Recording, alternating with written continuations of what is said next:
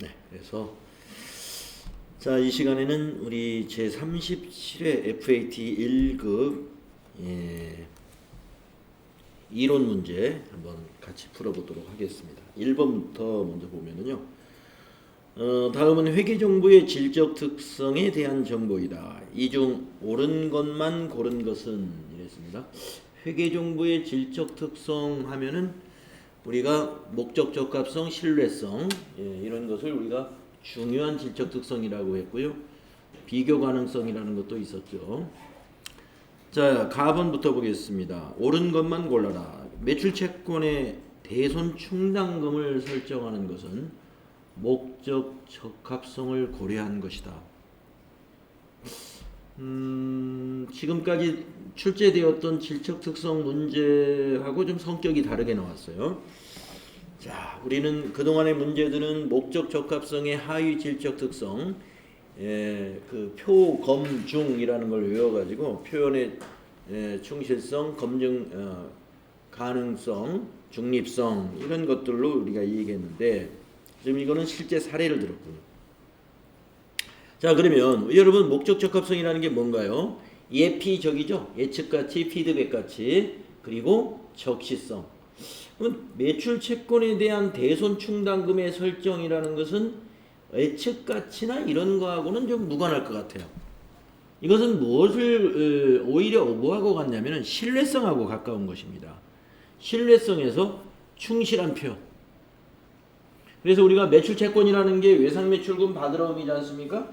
그러면 이 외상매출금과 받으러음을 그냥 최초의 금액으로 표시할 것이 아니라 회수가 불가능한 것 등을 대손 충당금으로 설정해서 표시하는 것은 표현을 충실하게 하기 위한 것이죠. 그래서 이건 신뢰성하고 관련이 있기 때문에 가번은 틀렸다라고. 다음 나번. 재무제표 정보가 정보 이용자의 의사결정에 차이를 가져올 수 있다면 그 정보는 목적 적합한 정보이다.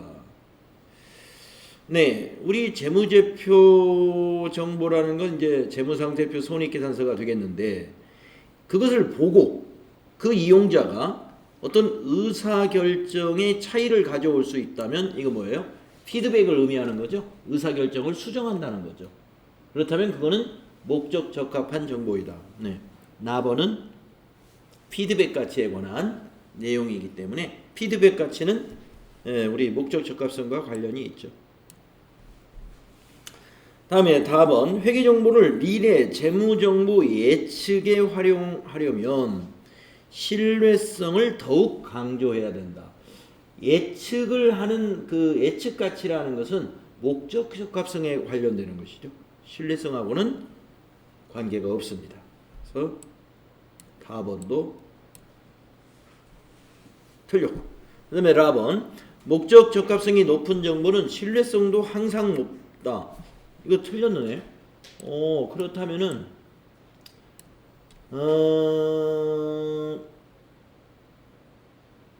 왜냐면은 목적 적합성과 이 신뢰성은 서로 상충적이죠. 약간 상충적인 게 있어요. 라번은 확실히 틀렸어요. 그러면은 예측을 활용하려면 신뢰성을 더욱 강조해야 된다. 자, 나번은 확실히 맞았으니까 나번. 그런데 라번은 확실히 틀렸어요. 라번은 확실히 틀린 거예요. 자, 그러면 다번과 가번 중에 하나를 맞은 걸로 봐야 되겠는데 어느 것을 맞았다고 봐야 될까요? 우리 회계정보 질적 특성에 관한 문제가 좀 어렵게 나왔네요. 이 문제가 매출채권의 대손 충당금을 설정하는 것은 목적 적합성을 고려한 것이다. 그것과 다번에 회계정보를 미래 재무정보 예측에 활용하려면 신뢰성을 더욱 강조해야 한다.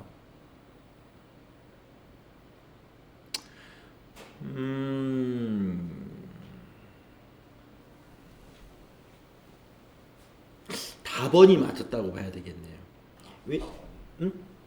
답은 예, 이것을 맞았다고 봐야 될 것 같아요. 왜 그러냐면은 우리가 아까 처음에는 우리가 어떻게 해석을 하자면 예측 가치는 그냥 단순히 목적 적합성의 하위질 적성이다.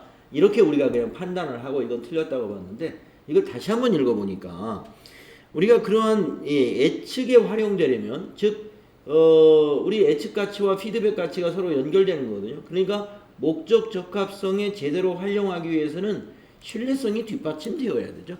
예, 신뢰성이 강조되어야 된다.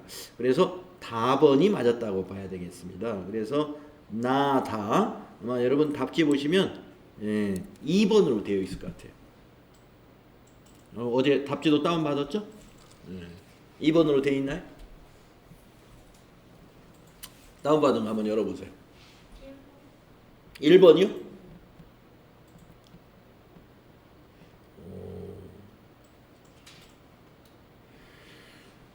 매출 채권의 대손 충당금을 설정하는 것은 목적 적합성을 고려한 것일까요? 대손 충당금의 설정은 예피 적하고 무슨 관계가 있죠? 예측가치, 피드백가치, 적시성. 별로 관계가 없는데 이거는 표현을 충실하게 하고자 하는 것인데 답지가 가번으로 아니죠 1번으로 되어 있네. 1번으로 한번 밑에 해설을 한번 봅시다. 해설이 어떻게 됐는지 한번 보겠습니다.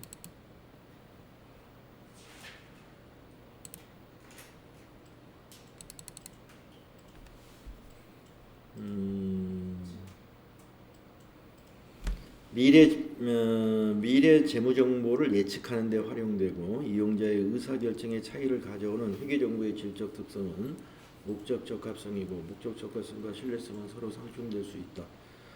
뭐 가번에 대한 어떤 뭐 추가적 설명, 가번이 옳은 것이다라는 배경 설명은 없는데,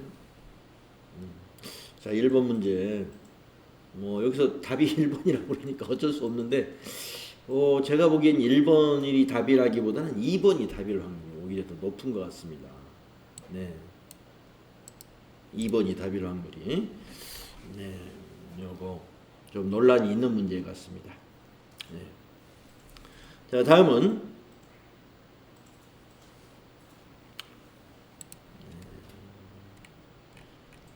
2번 문제 보겠습니다. 2번 문제. 재무제표 작성과 표시의 일반 원칙에 대한 설명으로 옳은 것은, 자 우리 재무제표의 작성에 대한 여러 가지 일반 원칙들이 있죠. 예를 들면 재무상태표 같은 경우는 유동성 배열의 원칙이라는 거, 자산과 부채를 유동성 배열의 원칙에 의해서 한다든가, 또는 자산과 부채를 상계 처리 않는 게 원칙이라든가, 그리고 수익과 비용을 총액으로 표시한다든가, 이런 것들이 이제 일반적인 원칙이라고 우리가 배워왔습니다. 그렇죠?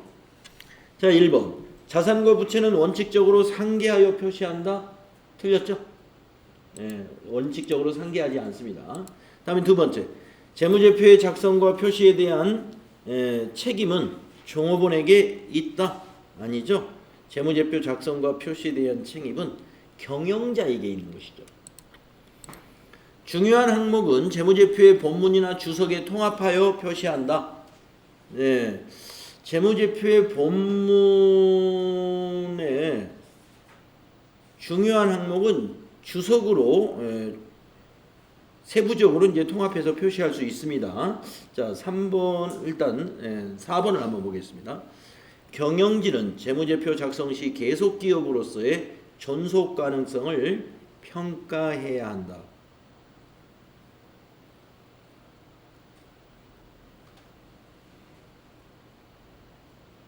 야, 2번도 여러분 3번 옳다고 보세요? 4번이 옳다고 보세요?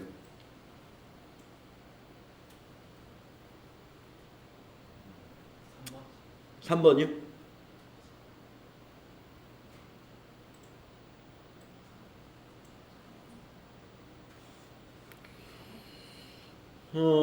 자, 우리가 재무제표 중요한 항목에 대해서 재무제표의 본문에 본문이나 주석에 통합하여 표시한다.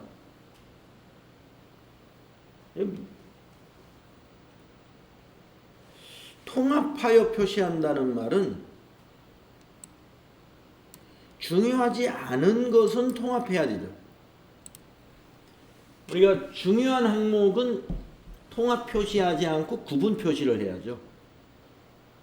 예를 들어서 현금, 보통예금, 당좌예금을 세 개를 각각 표시하는 이유는 세 개가 각각 중요하다고 보기 때문에 각각 표시하는데, 통합하여 표시한다는 것은 그것을 현금 및 현금성 자산으로 묶어서 표시한다는 얘기예요. 그래서 중요한 항목은 통합하는 게 아니라 중요한 항목은 구분 표시하는 게 원칙이죠. 구분 표시하는 거. 그렇다면은 4번이 옳다. 2번 문제도 좀 까다로운 문제였네요. 네, 4번이 옳은 것이다. 그래서 이 3번의 의미가 뭐였냐면은, 예를 들면 그런 것들이에요. 통합계정 과목, 매출채권 하면은 외상매출금 받으러음이잖아요. 그래서 외상매출금과 받으러음이 각각 중요하다고 본다면 그거는 통합하지 말고 따로따로 표시해야 돼요. 그런데 외상매출금 받으러음 중요하지 않다면 매출채권으로 통합해서 표시할 수 있다. 예, 그렇게 여러분 정리해야 됩니다. 자, 그래서 4번이 옳다. 4번. 네. 자, 1번, 2번 문제 쉽지 않은 문제였습니다. 쉽지 않은 문제고, 오히려 1번 문제는 제가 보기에는 2번이 답이었으면 더 좋았을 것, 그런 생각이 들어요. 2번은 4번이 답입니다. 다음에 3번. 다음 중 재무상태표에 대한 설명으로 옳은 것은 이랬네요. 재무상태표에 대한 설명. 1번. 기업 실체에 대한 자본의 크기와 그 변동에 관한 정보를 제공하는 재무보고서이다. 기업 실체에 대한 자본의 크기와 그 변동?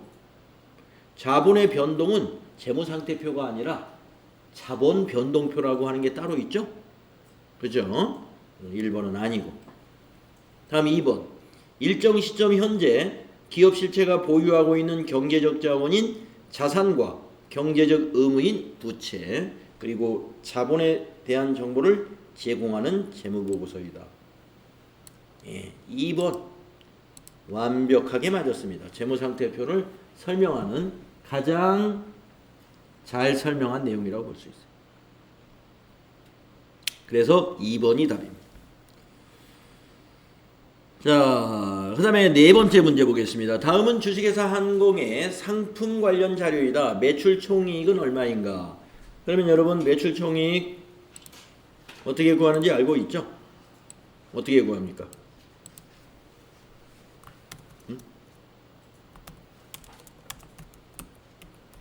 매출 총이익은 매출액에서 매출 원가를 빼주죠.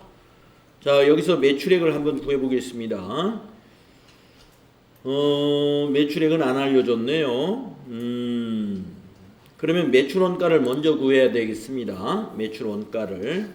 문제를 아주 수학 문제 내듯이 내놨어요. 자, 그러면 매출 원가를 구하려면 T자라 T 계정을 그려가지고 여기를 상품 계정이라고 여러분 이거 많이 해봤죠? 자, 기초 10만원 차변, 당기순 매입액 40만원 차변, 기말 대변, 그리고 차변합계 50만원이고 대변합계도 50만원을 만들어야 됩니다. 그러면 여기 들어가는 게 매출 원가죠. 45만원이 매출 원가라는 걸 구했어요. 그런데 매출액은 또 어떻게 구할 수 있느냐? 매출 총이익률이 20%래요. 매출 총이익률이. 그러면은 매출 원가를 알고 매출 총이익률을 알면 우리가 매출액을 추정해낼 수 있죠. 매출액을 방정식을 써야 되나요? 방정식을. 자, 매출 원가가 45만 원이 아까 45만 원 나왔죠? 예. 매출 원가가 45만 원. 그러면 지금 매출액을 우리가 알아야 된단 말이에요. 매출액. 그런데 매출 총 이익률이 20%라는 건 원가율이 몇 %라는 얘기죠? 80%라는 얘기죠. 매출액에 대해서. 이 매출 총 이익률이라는 것은 매출 총 이익을 매출액으로 나눈 게 20%라는 얘기죠. 그건 이 원가가 80%라는 얘기예요.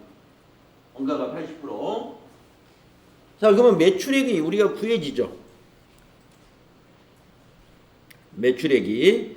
자, 그러면 45만 원이 80%니까 45만 원 곱하기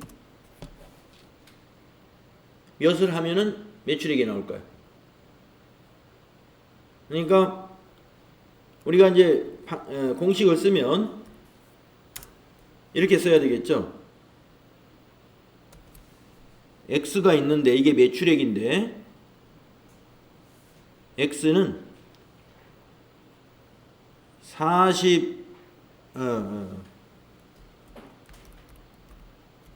이 X의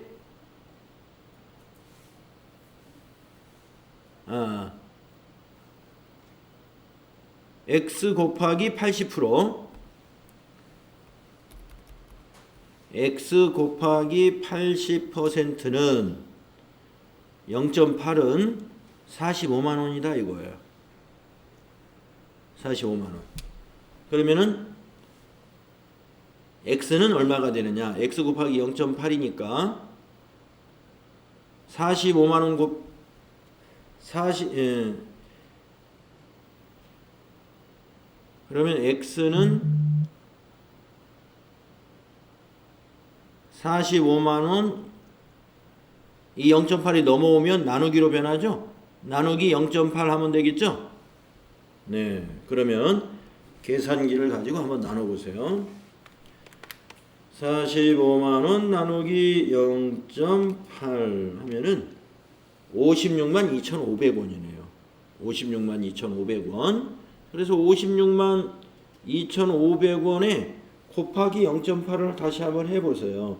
0.8 하면은 45만 원 나오죠? 그래서 이 공식으로 우리가 매출액을 구할 수 있습니다. 자, 그러면 이제 매출액을 구했으니까 이거 뭐 수학 문제 같아. 56만 2,500원 빼기 45만 원. 이게 답이죠? 네. 그래서 빼기 56만 2,500원은 11만 2,500원이 보기에 있겠죠? 네. 2번이 답이다.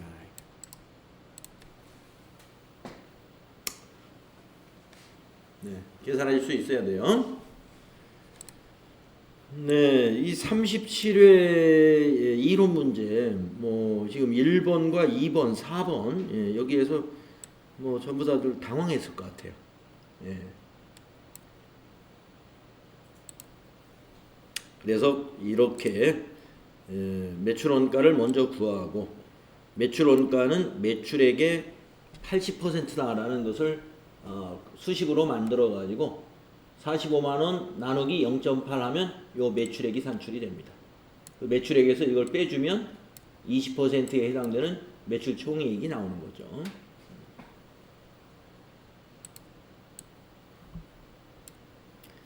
자, 다음에 5번 문제 보겠습니다. 다음은 주식회사 한공의 기계장치 취득 관련 자료이다. 2019년 말에 계상할 감가상각비는 얼마냐? 자, 감가상각비 문제 우리가 뭐 여러 번 해봤습니다. 자, 이 정도 문제는 어떻게 나왔을까요? 자, 7월 1일 날 500만 원에 취득을 했고요. 내역연수 5년이고 잔존가치가 없습니다. 정액법이고 월할 상각을 한다. 자, 2019년 말을 물어봤습니다. 그러면 2019년 7월 1일 날 취득을 했기 때문에 6개월분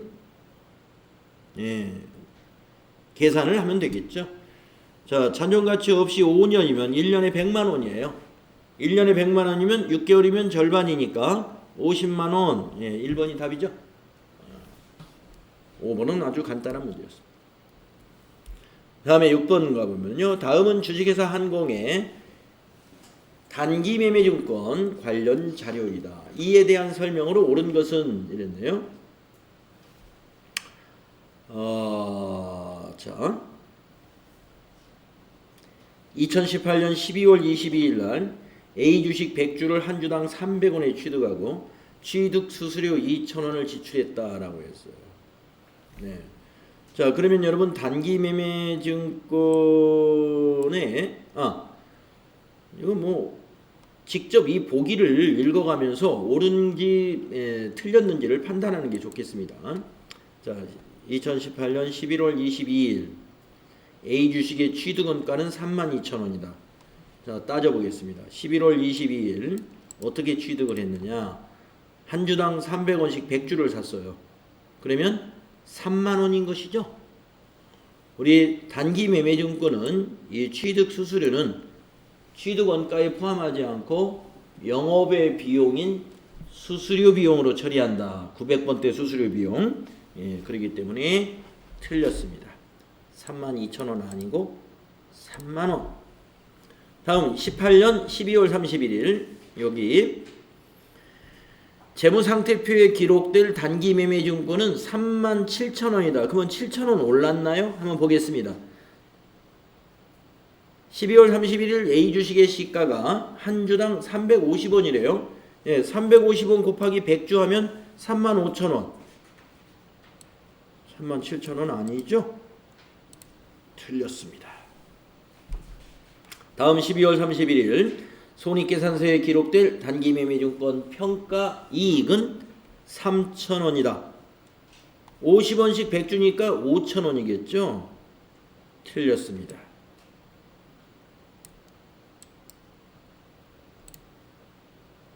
다음 2019년 3월 7일 A주식 처분으로 인식할 단기매매증권 처분이익은 2,000원이다. 뭐 이게 4번이 맞았겠는데 한번 보겠습니다. 한 주당 370원에 처분을 했네요. A주식을 전부. 그러면 70원씩 이익을 봤어요. 그러면 100주니까 7 아니다. 이익을 본 게 아니라 여기서 50원이 됐죠. 여기서 평가를 했으니까 한 주당 20원을 이익 봤죠. 100주니까 2,000원. 그래서 4번은 맞았어. 답이 4번이군요. 자, 6번도 하나하나 좀 계산을 해봐야 되는, 좀 신경 써야 될 문제였습니다. 다음 7번 문제 보겠습니다. 업무용 건물에 엘리베이터를 설치하여 건물의 가치가 증대되고 내용 요수가 5년 연장되었다면 이에 대한 회계 처리 시 차변은 뭐가 될까요? 자본적 지출이죠? 뭐가 돼야 될까요? 건물이 돼야 됩니다. 건물. 다음에 8번. 다음은 주식회사 한공의 매출 채권 및 대손 관련 자료이다. 2019년 4월 10일 거래에서 발생한 대손 상각비는 얼마냐? 대손 상각비 4월 10일 거래를 물어봤는데요. 내용을 읽어보겠습니다. 매출 채권 잔액이 400만 원에 대해서 1%의 대손을 추정하여 대손 충당금을 2018년 12월 30일 날 설정을 했습니다. 그러면 얼마를 설정했나 보겠습니다. 400의 1%면 4만 원을 설정한 거예요. 대손 충당금이 4만 원 있습니다. 자, 그 다음에 4월 10일 날 거래처 주식회사 공인의 파산으로 외상매출금 6만 원이 회수불능하게 되었어요. 그러면 요 4만 원은 대손 충당금에서 상계시키고 모자라는 2만 원을 비용 처리하죠. 네, 그래서 2만 원 1번이 답이 되겠다. 8번도 간단한 문제였습니다. 다음 9번. 주식회사 한공의 2019년 결산정리사항 반영 전 당기순이익은 10만원이다. 다음 결산정리사항을 반영한 후 당기순이익은 얼마일까? 였습니다. 자, 그러면 당기순이익을 플러스인지 마이너스인지만 계산하면 되겠습니다. 자, 당기 발생분 이자 수익 만원, 이자 수익 만원, 대한 미수 수익을 인식하지 않았대요. 그러면 미수 수익은 자산이죠. 차변의 미수 수익 10,000원, 대변의 이자 수익 10,000원. 이거를 반영을 하면 10,000원이 플러스 됩니다. 두 번째 줄. 12월 급여 미지급분 30,000원을 인식하지 않았대요. 그러면 급여를 미지급했으면 미지급 급여를 부채로 대변에 처리하고 차변에 12월 급여를 발생시켜야 되죠. 비용 발생. 이거는 마이너스 30,000원입니다. 그러면 이 두 개를 합해서 보면 마이너스 20,000원이 되겠죠. 현재 100,000원의 당기순이익이라면 80,000원이 되어야 된다. 그래서 2번이 답이 되어야 되겠죠. 네, 그래서 9번 스타일의 문제도 우리가 그동안 기출문제에서 여러 개를 해본 것 같아요. 자, 다음은 10번 문제로 가보겠습니다. 다음은 주식회사 한공의 재무상태표 일부와 비품 취득 관련 자료이다. 이에 대한 설명으로 옳은 것은 네. 뭐, 요 37의 문제는 보니까, 앞에서 1번, 2번, 여기에서 아주, 확 막혔었어요. 예. 뒤로 갈수록 좀 문제가, 예, 좀, 뭐, 비교적, 예, 많이 접했던 그런 문제들입니다. 자, 1번부터 보기를 보겠습니다. 비품의 잔존가치는 400,000원이다. 여러분, 잔존가치는 어떻게 구하는 거예요? 감가상각 누계액을 빼는 거죠. 취득원가에서. 자, 따져보겠습니다. 자, 비품이 지금 400,000원입니다. 이게 취득가액이에요. 감가상각 누계액이 당기에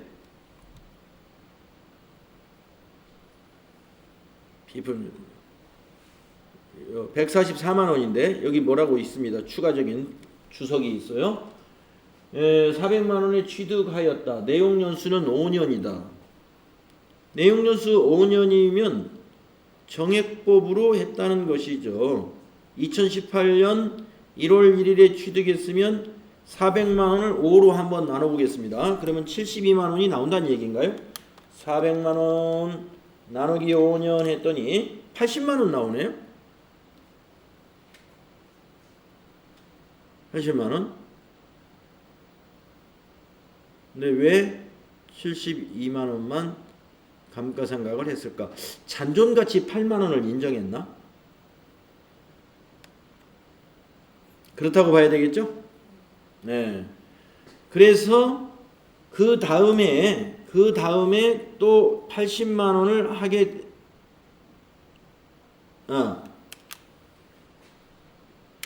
잔존가치 8만원을 인정했으면 아니다.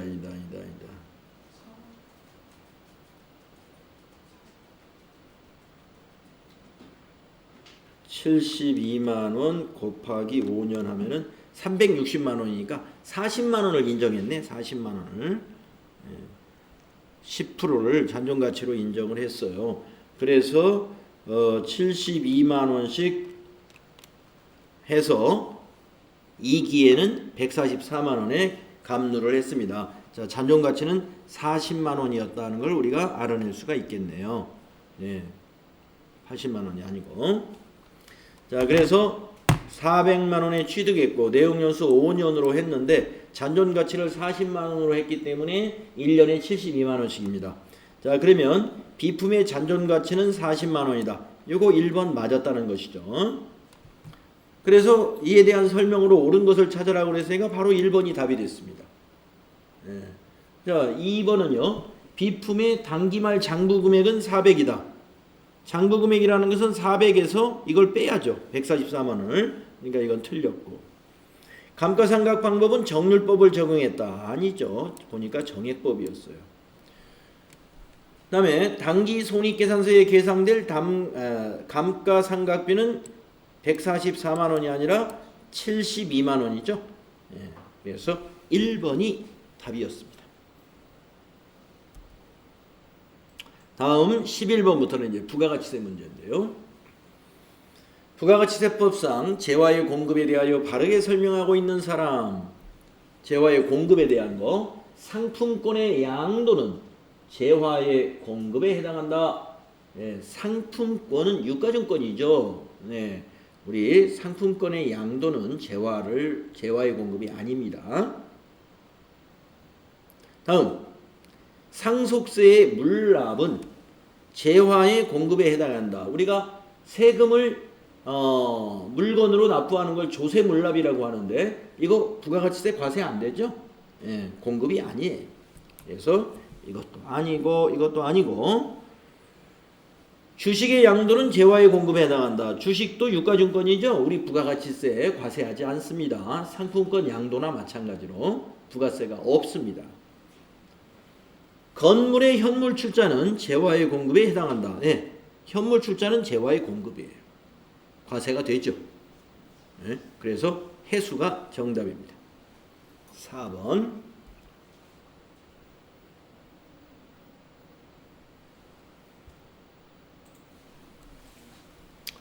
다음 12번 문제. 다음 중 부가가치세법상 재화 또는 용역의 공급 시기로 옳은 것은, 네, 우리 공급 시기 공부했죠. 현금 판매 틀렸네요. 현금 판매든 외상 판매든 재화가 인도되는 때가 공급 시기죠. 1번 틀렸고, 2번 재화의 공급으로 보는 가공의 경우 재화의 가공이 완료된 때가 아니라 이것도 가공을 완료해가지고 인도하는 때를 공급 시기로 봐야죠. 3번 장기할부 조건부 용역의 공급 대가의 각 부분, 이거 맞았네요. 우리 장기할부 판매는 대가의 각 부분을 받기로 한 때, 그래서 옳은 거 3번 되겠습니다. 4번은 어떻게 틀렸습니까? 공급 단위를 구해갈 수 없는 용역의 계속적 공급. 이게 뭐예요? 공급 단위를 구해갈 수 없는 용역의 계속적 공급, 이것도 장기할부 판매와 마찬가지로 대가의 각 부분을 받기로 한 때를 공급 시기로 보는 겁니다. 그래서 여기도 틀렸습니다. 다음 13번 보겠습니다. 의류 도매업을 영위하는 주식회사 한공의 2019년 제2기 확정신고 기간 관련 자료를 토대로 부가가치세 과세 표준을 계산하면 얼마냐. 단 주어진 자료의 금액은 부가가치세가 포함되어 있지 않은 금액이며 세금계산서 등 필요한 증빙서류는 적법하게 발급받았다. 우리가 그러면 포함되지 않았으니까 이 자체가 과세 표준이라는 거죠. 예, 그러면 과세 표준, 과세되는 것만 따져보면 되겠습니다. 자, 외상 판매, 예, 과세 표준. 10개월 할부 이자가 포함되어 있다. 할부 이자도 과세 표준에 포함돼야죠. 과세 표준. 견본품을 제공했다. 견본품은 공급으로 보지 않아요. 네. 토지 매각 이거 면세죠. 그래서 영세율은 과세 표준에 넣습니다. 수출액 같은 거, 수출액 같은 영세율은 과세 표준으로 신고하지만 면세는 과세 표준이 아니에요. 그래서 요 두 개만 합쳐서 2,030만 원, 2번이 답이 되겠습니다. 다음 14번으로 가볼까요? 다음 중 제조 도매업을 영위하는 주식회사 한공의 부가가치세법상 공제 가능한 매입세액이 아닌 것은, 공제 가능한 것이 아니라는 것은 공제가 안 되는 걸 찾으면 되죠.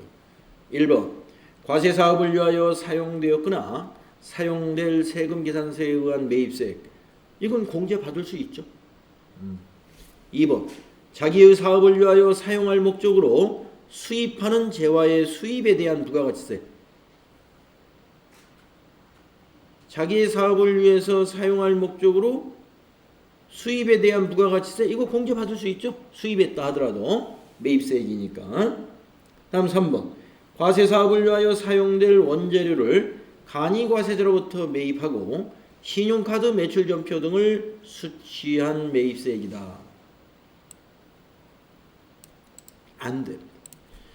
자, 신용카드 매출전표나 현금 영수증, 네, 일반 과세자로부터 발급받은 것을 거기에 대한 것이 매입세 공제가 되고요. 간이과세자 건 안 됩니다. 그래서 공제 가능한 매입세액이 아니에요. 3번이. 그럼 4번은 관할 세무서장의 확인을 받아 발행한 매입자 발행 세금 계산서상의 매입세액. 매출자가 세금 계산서 발행을 안 해준다면 관할 세무서장에 가서 사실을 신고하고 매입자가 세금 계산서를 발행해 가지고 매입세액 공제를 받는 제도가 있다고 그랬죠? 4번 맞았습니다. 그래서 3번이 아니다. 간이과세자로부터 발급받은 신용카드 매출전표나 현금영수증은 매입세 공제 못 받습니다. 다음 마지막에 다음 자료를 토대로 도매업을 영위하는 주식회사 한공에 공제받을 수 있는 매입세액을 계산하면 얼마인가? 자, 도매업을 하고 있어요. 단 세금계산서는 적법하게 수령했다. 자, 공제받을 수 있는 매입세액 계산해보자. 상품 운반용 트럭 구입 관련 매입세액은 공제 가능합니다. 본사 건물의 자본적 지출과 관련된 매입세액 공제 가능하죠? 건물이니까. 거래처 접대와 관련된 매입세액 접대비니까 요건 안 되겠죠. 그래서 건물 자본적 지출 매입세액, 그 다음에 트럭 구입 매입세액 두 개를 합치면 4번이 답이 되겠네요. 자, 우리 그 37회의 그 문제를 봤을 때 뒤에서 그 11번부터 여러분이 비교적 공부를 어느 정도 우리 하신 분들은 이 FAT 1급의 이론 문제를 풀 때 11번부터 푸는 게 좋겠어요. 아무래도 부가가치세 문제가 훨씬 더 간단합니다. 그래서 11번부터 15번을 먼저 푸시고 그 다음에 재무회계 문제로 가는데 37회에서는 앞에 1번, 2번, 4번 문제가 생각이 나네요. 갑자기 쉽게 내도 될 문제를 너무 어렵게 낸 것 같습니다. 그 세 개 문제에서. 자, 다른 질문이 있으면 질문 받도록 할게요.